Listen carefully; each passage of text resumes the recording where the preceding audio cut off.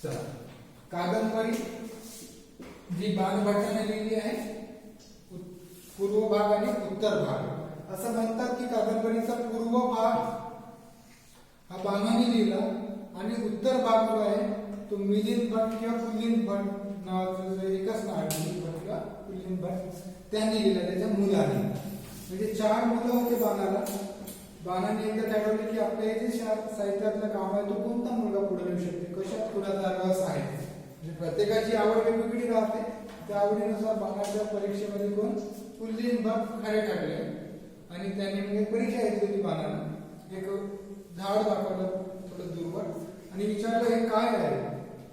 त्यात एक जो प्रत्येकाने आपापल्या हिशोबाने उत्तर दिलं. कोणी म्हटलं हे झाड वाढलेलं आहे, कोणी म्हटलं हे झाड जडलं आहे, एकाने म्हटलं झाडाला बिलकुल पानं नाही, काही नाही, निरस झाड आहे, आणि एकाने म्हटलं हे झाड नवीन प्रफुल्लित होत पाहत आहे, म्हणजे नव्यानं पालवी धारण करून पाहत आहे. म्हणजे तो पॉझिटिव्हनेस जो साहित्यात पाहिजे तो पुलिंद भट मग बाणभट्टाचं पुढचं काम कोणी केलं, पुलिंद भटने केलं. आता याच्यामध्ये काही कॅरेक्टर्स आहेत कादंबरीमध्ये. चंद्रापीड म्हणजे तारापीडचा मुलगा चंद्र, तारापीड आणि विलासवतीचा मुलगा चंद्रापीड. ठीक आहे. श्वेतकेतू आणि लक्ष्मी यांचा मुलगा, श्वेतकेतू आणि लक्ष्मी यांचा मुलगा पुंडरी. बघा तिकडे नावं दिसते तुम्हाला, हीच नावं तिकडे आली आहे. ठीक आहे. महाश्वेता ही हंस आणि गौरीची मुलगी आणि कादंबरी चित्ररथ आणि मदिरा यांची मुलगी कादंबरी. ठीक आहे. 3 जन्माची कथा म्हटलं तर चंद्रापीठ, शूद्र चंद्रापीठ, परत पुंडरी, वैशंपायन शुक एक आणि परत पुंडरी. आणि यांची जी काही सहकारी पत्र होते, जे चंद्रापीठला जो मित्र होता तो वैशंपायन, जो तारापीठचा जो मंत्री आहे शुकनास, ठीक आहे, त्याचा मुलगा आहे कोण, वैशंपायन. ठीक आहे. तारापीठचा मुलगा म्हणजे मंत्र्याचा मुलगा आहे आणि चंद्रापीठचा खास मित्र, जवळचा मित्र. ठीक आहे. पुंडरीकचा मित्र कपिंजल, महाश्वेताची दासिका तरलिका आणि कादंबरीची दासी पत्रलेखा. ही काही मोजकी नावं आपण घेतली. या कादंबरीची जी सुरुवात आहे ती विदिशा नगरीच्या राज्यात होते. विदिशा नगरीचा राजा शूद्र राजसभेमध्ये असताना त्या ठिकाणी एक चांडाळ कन्या काय करते का पिंजऱ्यामध्ये पोपट घेऊन येते, शुक घेऊन येते, आणि ती जो शुक आहे तो दिव्य राहते.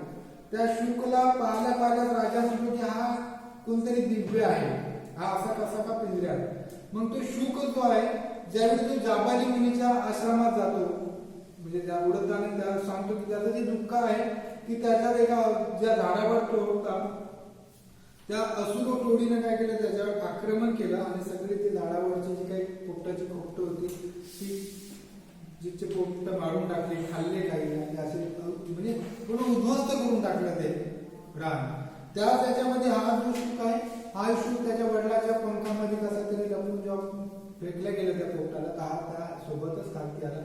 असाच फिरत असताना जाबाली मुनीचे जे शिष्य होते त्याला तो दिसला आणि त्यांनी मग तो काय केला, जाबाली मुनीच्या आश्रमात त्याला घेऊन गेला. आश्रमात घेऊन गेल्याबरोबर जो शिष्य असा पोपट हातात घेतात त्याला जाबाली मुनी त्या पोपटाकडे पाहून म्हणतो की हा आपल्या कर्माची फळं भोगत आहे. हा काय करत आहे, आपल्या कर्माची फळं भोगत आहे. आणि ही उत्सुकता राहते त्या शिष्यामध्ये की बा असं याच्यातून काय चूक झाली. ठीक आहे. मग अशी काय चूक झाली तर हे चूक कोण जाबाली मुनीच्या मुखातून काय करते ते सगळे शिष्य ऐकतात. तो पोपटही ती चूक ऐकते आणि ते सगळं म्हणजे जे काही जाबाली मुनीचं जे काही कथन होतं ते कथन तो पोपट ऐकून काय करतो, त्या शूद्र राजाच्या पुढे कथन करतो.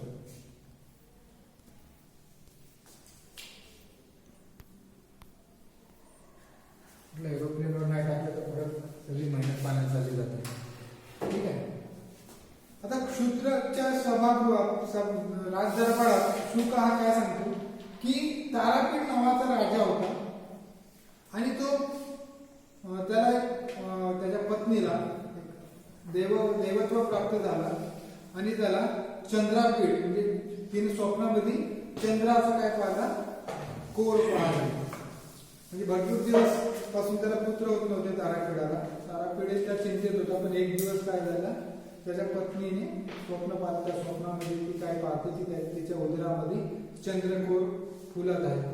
आणि त्याच प्रसंगामध्ये इकडे जो शुकनास आहे मंत्री, तोही मंत्री निपुत्रिक होता. त्याच वेळी त्याच्या पत्नीने ते स्वप्न पाहिलं. तिने पाहिलं की तिच्या उदरात कमळ फुलत आहे. त्यामुळे तो पुंडरीक झाला आणि हा चंद्रापीठ. यथायोगी काळ आल्याने दोघांना काय झालं, पुत्ररत्न प्राप्त झाले. तारापीडाने स्वतःच्या मुलाचं नाव चंद्रापीठ ठेवलं. वैशंपायन आपला शुकनासने स्वतःच्या मुलाचं नाव वैशंपायन ठेवलं. या दोघांचंही सारखं शिक्षण करण्यात आलं, चंद्रापीड आणि वैशंपायनचा. दोन्ही तारापीठ एकच आहे का? हा दोन्ही तारापीठ एकच आहे. हा तारापीड आहे. कोणता तारापीड? वरचा शुक्र. हो एकच आहे. याचा मंत्री आहे तो.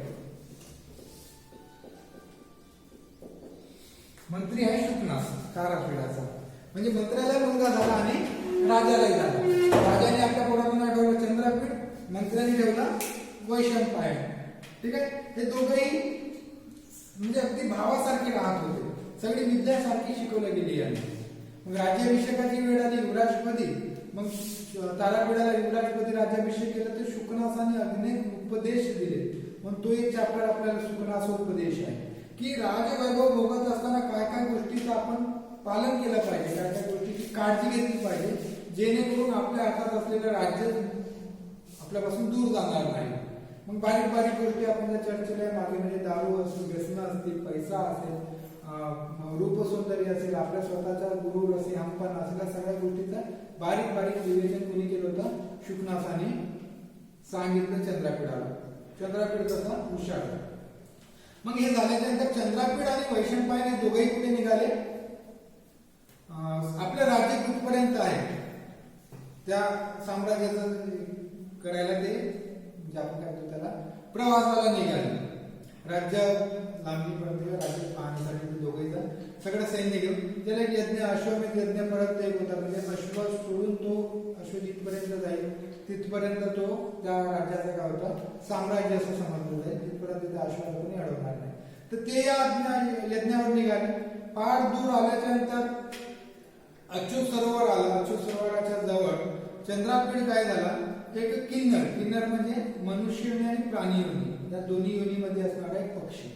तो एवढा मधुर गायन करत होता, कुंजन करीत होता की चंद्रापीड त्याचं ते गायन ऐकून हरवला आणि त्या किन्नराच्या मागे मागे मागे काय केला, निघाला. तो किन्नर हळूहळू आतमध्ये अच्युत सरोवरात एक महादेवाचं विशाल मंदिर, त्या मंदिराकडे तो लुप्त होऊन गेला. ज्या चंद्रापीडाला दिसेनासा झाला. दिसेनासा झाल्यानंतर त्याच वेळी त्याला काय झाले, गाणे ऐकू आले. सुंदर सुमधुर वाणीमध्ये काय त्याला चंद्रापीडाचे गाणी गीत पडलं आणि त्या गाण्याच्या आवाजाचा अंदाज घेत चंद्रापीड पुढे गेला. एक विशाल असा महादेवाचं मंदिर आणि त्या मंदिरात एक बालिका बसली होती गायन करत.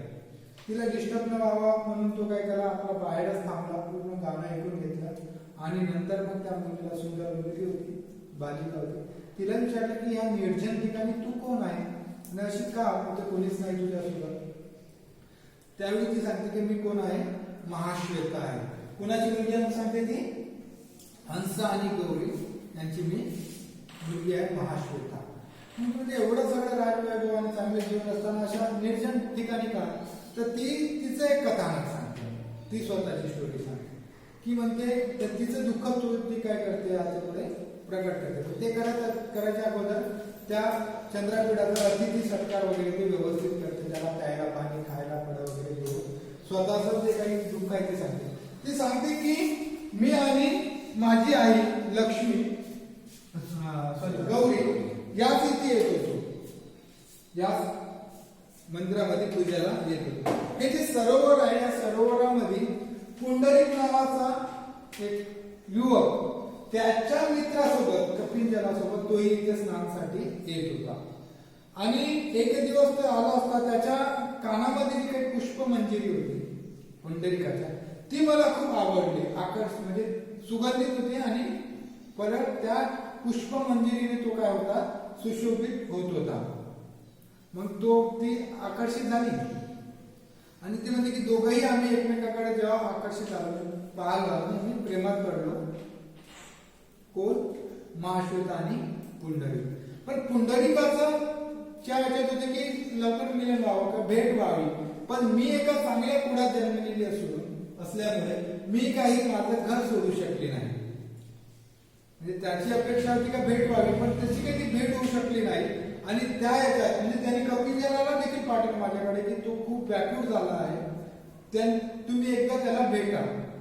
पण हिच्याकडे सगळ्या मर्यादा, समाजाच्या मर्यादा असल्यामुळे ती काही स्वयंमनाने जाऊ शकली नाही. आणि तो तिकडे पुंडलिक मात्र मग प्रेम यातनेने तडफडून मरण पावला. ही गेली, सगळं समाज सगळ्याला नाकारून दुजारून परत ती गेली, पण गेली तर उशीर झाला होता. तेवढ्यात तो काय झाला होता, त्याचे प्राण निघून गेले. आता प्रेम करणारा पुंडलिकच राहिला नाही, म्हणून ती काय केली, महाश्वेता देखील स्वतःचा प्राण त्याग करायला निघून गेली. तेवढं एक आकाशवाणी झाली की हे महाश्वेता, तू काय स्वतःचे प्राण त्यागू नको, कारण की तुझं लवकरच काय होणार आहे, पुंडलिकाशी परत मिलन होणार आहे. म्हणजे पुंडलिकाचा जो देह आहे तो तसाच, जसं आपण मम्मी वगैरे स्टोर करून ठेवतो ना, तसा स्टोर करून त्याला परत प्राण येणार आहे अशी आकाशवाणी होते. त्या आकाशवाणीच्या मुळे ती काय होते, महाश्वेता तग धरून राहते. आज नंतर पुंडलिकाचे आपलं मिलन होत नाही, हे सगळं सांगते. आणि मग ती परत जी आहे ती आपलं दुःख बोलून दाखवते. कोण?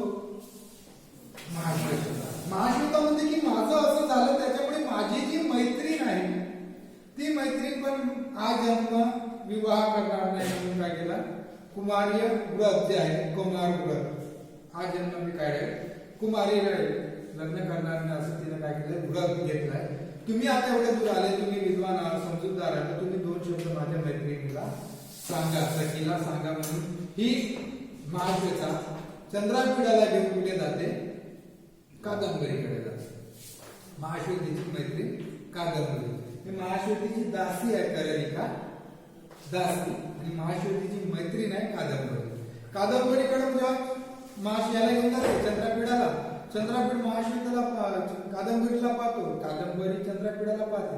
दोघंही एकमेकाकडे काय होत आहे, आकर्षित होत आहे आणि एकमेकाला त्यांचं मन जुळते. आता ती यायचं ते जमत मध्ये तिकडे महाश्वेता यांचं ठरतं लग्न करायचं काय, ठीक आहे. काय होता, एकमेकाकडे आकर्षित होता. आकर्षित झाले आणि एवढ्यातच एक निरोप येतो तारापीठाला, चंद्रापीठाकडे, की तुम्ही आहेत तशा परिस्थितीत काय व्हा, रिटर्न या नगरीमध्ये. मग हा चंद्रापीठ काय करतो, सगळं तिथेच ठेवून काय होतो, तो निघून येतो आणि याला सांगतो, वैशंपायनाला सांगतो की तू येताना सगळ्या सैन्य आणि बरोबर व्यवस्थित ये. मागून येताना आता मी तर पुढे निघून जातो फास्ट, पण तू येताना बाकी सगळ्यांना सोबत येऊ ये, असं त्याच्यावरती जिम्मेदारी देतो आणि निघून जातो. नगरीत आल्यानंतर काही काळ थांबतो, वैशंपायन काही येत नाही. वैशंपायन आला नाही याची चिंता तारापीठाला लागते, शुकनासलाही लागते, चंद्रापीठालाही लागते, का पण आला नसेल हा. मग काही काळ लोटल्यानंतर परत चंद्रापीठ काय होतो, वैशंपायनला शोधायला तिथे येतो. वैशंपायनला शोधायला आल्यानंतर तो चंद्रहरीच्याकडे महाश्वेताकडे जातो. महाश्वेता सांगते की तुम्ही गेल्यानंतर तुमचा मित्र वैशंपायन इथे आला होता, तो माझ्याकडे आकर्षित झाला आणि माझ्याकडे प्रेम याचना करू लागला, पण माझ्या मनात पुंडलिक असल्यामुळे मी त्याला काही भाव दिला नाही. तो कसा तरी पोपटासारखा करायला लागला, म्हणून त्याला मी शाप दिला की तू काय हो, पोपट हो. आणि मग तो काय झाला, शुक झाला. दिसताय, वैशंपायन काय होतो, शुक होतो. हे सगळं ऐकल्याच्या नंतर मित्रच राहिला नाही, म्हणून चंद्रापीठाचाही काय होतात, प्राण निघून जातात. मित्र प्रेमापोटी तोही स्वतःचे प्राण त्यागतो. ते निघून गेल्यानंतर एवढा चंद्रापीठ तिथे आलाय, हे सांगायला कोणाला कळते, पत्रलेखीद्वारे कादंबरीला कळते. कादंबरी मोठ्या आनंदाने काय होते, तिथे चंद्रपीठाला भेटायला येते आलाय म्हणून. ती येऊन पाहते तर काय चंद्रपीठ देखील मृत अवस्थेत राहतो. मित्राच्या प्रेमामध्ये त्याचे प्राण निघून जाते. आणि हे झाल्यानंतर कादंबरी देखील मग परत प्राण त्याग करायला जाते. आता हाच नाही, जगून काय करायचं मग ते देखील काय होते प्राण देते. परत एक आकाशवाणी होती की तू देखील काय करू नको प्राण सोडू नको, युद्धही चंद्राकडे अशी लवकरच पहिला होईल. ठीक आहे. हा सगळा वृत्तांत मला म्हणतो की मला मी इथपर्यंतच काय केलं जाबाली मुलीच्या मुखातून ऐकलं. मग तो पोपट त्या शूद्रकाला सांगते इथपर्यंत मला माहिती आहे. त्याच्या पुढचं कथानक जे आहे ती जी काही चांडाळ कन्या आहे ती असते याची आई पुंडरीकची आई लक्ष्मी. ती म्हणते की मी लक्ष्मी आहे आणि मी पुंडरीकाची कोण आहे आई आहे. हा सगळा प्रसंग मला माहिती होता. शुक परत कुठेतरी म्हणजे याचा जो शापाचा अवधी आहे तो समाप्त होत होता. शाप जो आहे तो समाप्त होत होता, अवधी अगदी संपायला आला होता. परत पुन्हा शुक कुठे गडबड करू नये, नाही तर हा परत काहीतरी गडबड करेल आणि शापाचा अवधी वाढवेल. म्हणून मी काय केलं म्हणजे शुकला बंदिस्त केलं. पिंजऱ्यातच ती काय करते त्याला डांबते आणि मग हा घेऊन आले. हा जो शुक आहे तोच पुंडरीक आहे आणि शूद्रकाला सांगते तुम्ही जे आहात तुम्ही चंद्राकडे आहात आणि तुमच्या शापाचा अवधी काय झाला आहे ते समाप्त होत आला आहे. मग शूद्रक देखील स्वतःचा प्राण म्हणजे तो मृत होतो आणि त्याची जी काही दिव्य ज्योत वगैरे आहे ते चंद्रापीडमध्ये आणि चंद्रापीड इकडे जिवंत होतो. शुकाचाही मृत्यू पावतो आणि शुकाचा जो प्राण आहे तो पुंडरीक मध्ये जातो. पुंडरीक इकडे जिवंत होतो पहिल्या जन्मातला, इकडे चंद्रापीड जिवंत होतात आणि दोघंही म्हणजे चंद्रापीड याच्याशी कादंबरीशी आणि पुंडरीक महाशिवताशी काय विवाह करून जीवन संपन्न करतात. अशा या आनंद प्रसंगी काय होते कादंबरी संपते. संपन्न मजा आहे.